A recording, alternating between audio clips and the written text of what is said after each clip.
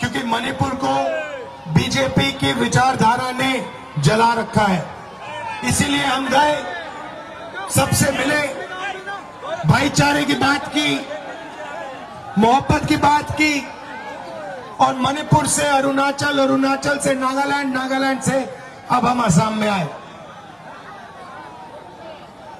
असम में आपके chief minister सोचते हैं कि वो किसी को भी डरा सकते हैं।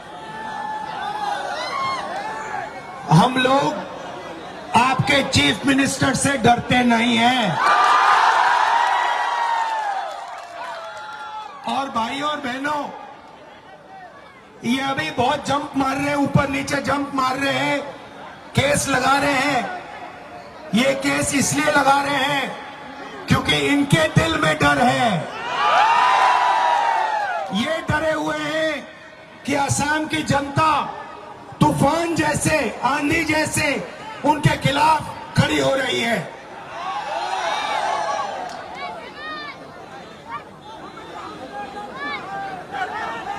असम में सबसे ज्यादा बेरोजगारी। मैं आपसे पूछता हूं, युवाओं से पूछता हूं, क्या असम में असम के युवा को रोजगार मिलता है? मिल सकता है? नहीं मिल सकता है। क्यों? क्योंकि देश के सबसे भ्रष्ट चीफ मिनिस्टर असम के चीफ मिनिस्टर हैं। उनका सिर्फ एक काम है, एक तरफ वो नफरत फैलाता है, एक धर्म को दूसरे धर्म से लड़ाता है, एक जात को दूसरी जात से लड़ाता है, एक भाषा को दूसरी भाषा से लड़ाता है, और फिर जब असम की जनता एक दूसरे से लड़ना शुरू करती है तो आप सबके जेब में से पैसा उठा के बीजेपी के लोग ले जाते हैं। कुछ दिन पहले मैंने उनका एक ट्वीट देखा, आपके चीफ मिनिस्टर का ट्वीट देखा। कहते हैं, ट्विटर में कहते हैं कि पिछड़ी जात वाले, दलित, जनरल कास्ट वालों के काम करने के लिए पैदा हुए हैं। यह आपके चीफ मिनिस्टर ने ट्विटर पे बोला कि पिछड़ी जात वाले, जनरल कास्ट की सेवा करने के लिए पैदा हुए हैं। इससे बड़ा अपमान पिछड़ी जात वालों का, दलितों का कोई नहीं कर सकता है।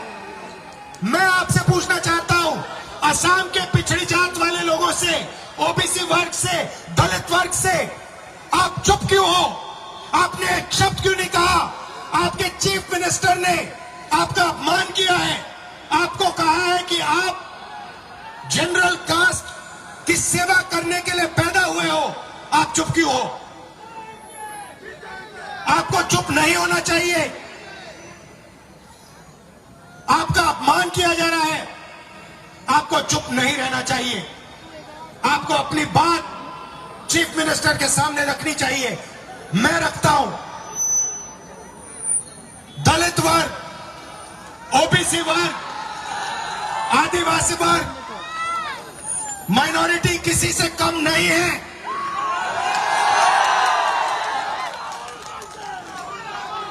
भाई और बहनों, हम नफरत मिटाना चाहते हैं। हमारा काम असम में, मणिपुर में, नागालैंड में, अरुणाचल में नफरत के बाजार में मोहब्बत की दुकान खोलने का है। हम इस देश को जोड़ने का काम करते हैं। भाई, कोई चोट तो नहीं लगी?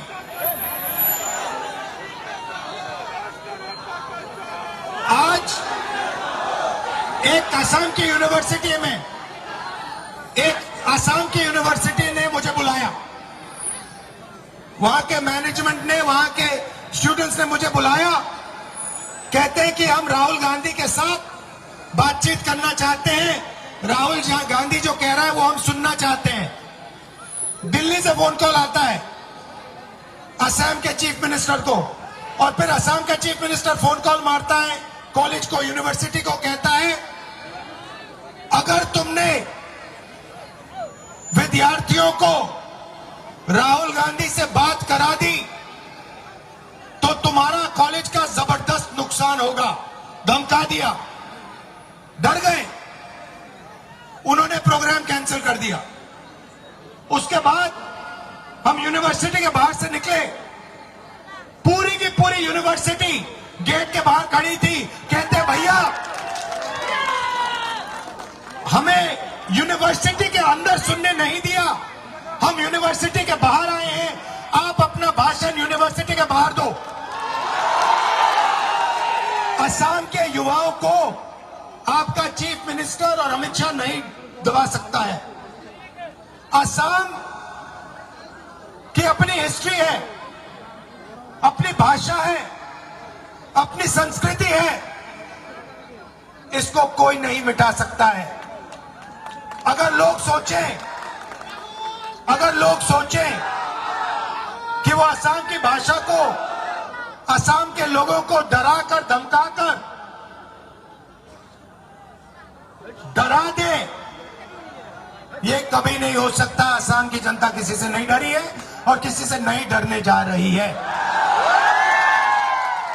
और आने वाले चुनाव में आप देख लेना, आपके चीफ मिनिस्टर अभी बहुत आगे पीछे बातचीत कर रहे हैं।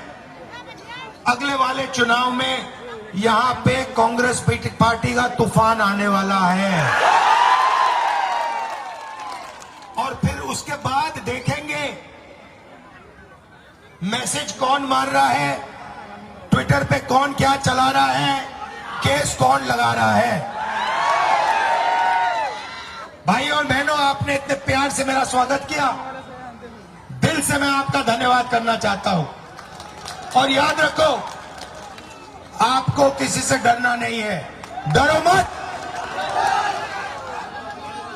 मोहब्बत, नफरत के बाजार में मोहब्बत की दुकान खोलो। और आने वाले चुनाव में आप देख लेना, आपके चीफ मिनिस्टर अभी बहुत आगे पीछे बातचीत कर रहे हैं। अगले वाले चुनाव में यहां पे कांग्रेस पार्टी का तूफान आने वाला है, और फिर उसके बाद देखेंगे मैसेज कौन मार रहा है, ट्विटर पे कौन क्या चला रहा है, केस कौन लगा रहा है।